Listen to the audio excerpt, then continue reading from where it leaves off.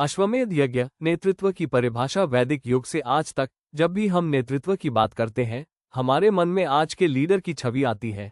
कोई business tycoon, कोई राजनेता, कोई मोटिवेशनल स्पीकर। पर क्या कभी आपने सोचा है कि नेतृत्व का बीज इस धरती पर कब और कैसे बोया गया? नेतृत्व केवल एक पद नहीं, एक मानसिकता है। और इस मानसिकता का सबसे गूढ़, सबसे प्राचीन और सबसे दिव्य प्रतीक है अश्वमेध यज्ञ। अश्वमेध एक यज्ञ, एक अनुष्ठान, लेकिन साथ ही साथ एक संदेश, एक दर्शन और एक चुनौती। क्या था यह अश्वमेध यज्ञ? राजा अपने राज्य की सीमाओं को बढ़ाने का नहीं, बल्कि स्वीकार्यता और न्यायपूर्ण शासन स्थापित करने का संकल्प लेता था। वो एक घोड़े, अश्व, को मुक्त करता था। वो घोड़ा 1 वर्ष तक पूरे राष्ट्र में घूमता और जहां भी जाता वो संदेश छोड़ता, क्या तुम इस राजा के नेतृत्व को स्वीकार करते हो?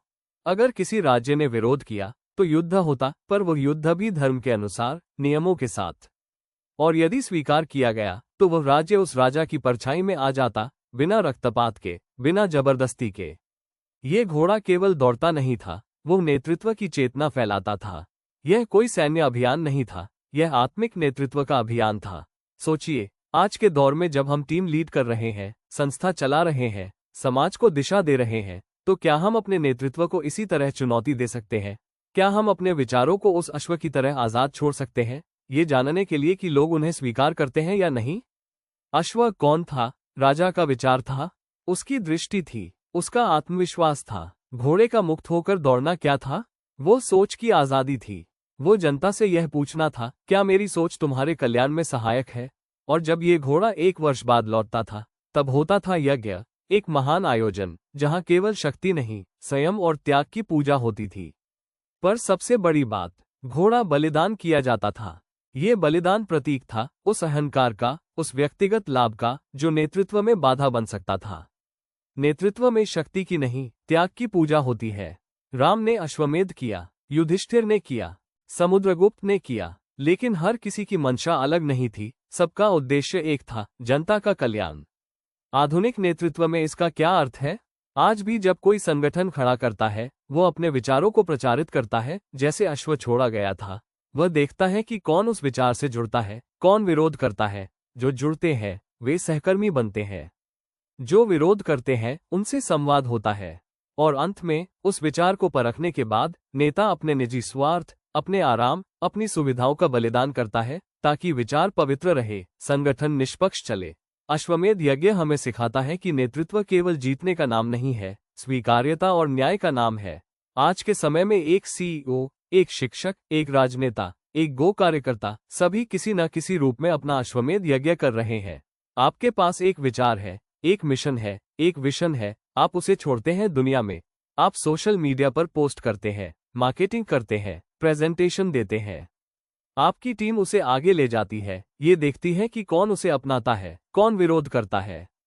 कुछ लोग जुड़ते हैं, कुछ नहीं। और जब आप देखते हैं कि लोग जुड़ने लगे हैं, आप नेतृत्व स्वीकार करते हैं, तभी असली बलिदान शुरू होता है। नींद की कमी, तनाव, निर्णयों की जिम्मेदारी, आलोचना, अकेलापन, ये सब उस यज्ञ की अग्नि है जिसमें आपका स्व जलता है और एक नायक का जन्म होता है। ये यज्ञ आपको एक राजा नहीं, एक सेवार्थी बनाता है, जो कहता है, मैं सबसे बड़ा नहीं, मैं सबसे पहले उत्तरदायी हूँ। आज हम भाग्य से नहीं, व्यावसायिकता से नेतृत्व करते हैं, पर वो वैदिक विचार आज भी जीवित है। जब आप नेतृत्व में प्रवेश करते हैं तो जान लीजिए, आपने अश्व छोड़ा है। वह आपकी सोच है, वह आपके मूल्य है। दुनिया उसे मानेगी या नहीं, ये देखने के लिए आपको धैर्य रखना होगा। पर याद रखिए, नेतृत्व में सबसे बड़ा हथियार तलवार नहीं, विश्वास होता है। और सबसे बड़ी परीक्षा युद्ध नहीं, स्वीकार्यता और धैर्य होता है। अश्वमेध यज्ञ हमें सिखाता है कि नेता वह नहीं जो सत्ता चाहता है, नेता वह है जो उत्तरदायित्व चाहता है। वो जो लोगों को जोड़ता है, धर्म को आगे बढ़ाता है और अंत में, यदि जरूरत हो तो अपनी इच्छा, अपने स्वार्थ, अपने आराम की आहुति देता है।